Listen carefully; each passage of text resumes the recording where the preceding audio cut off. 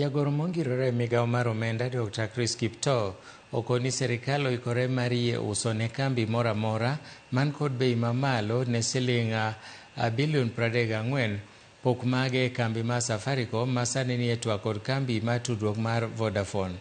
Kiptoo okone jood bura ni nengo mamalo koyudore to serikal ok nyal mana chunjo kod nengo achiel mak mana nigi sani to moseyudore maber en ma siling bilion 34 siling 34 kuom share magi oyangore e kinde romo kod jood bura masani timore Naivasha. Motelo ne mano ma jood bura mathoth osebedo ka kwedo uso mag pok mag serikal manie kambi mar Safaricom ne kambi tudruok mar Vodafone ka ng'ur en okang' ma itayo godo bech mwanduno kod mudho mokwako uso makamano.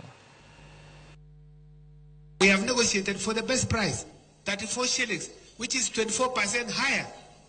And you can prove us wrong by telling us that we would be selling it at a premium to the public, to the other shareholders. Yeah, we can do that in our in-house because I have the director there, he's taking note. Vodacom has been a shareholder of Safaricom since its inception.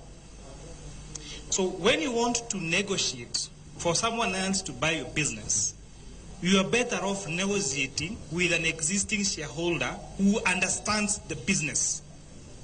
So if you get someone else from outside and they come, there are chances that they will disrupt the entire model of this business. Moko kuom rowere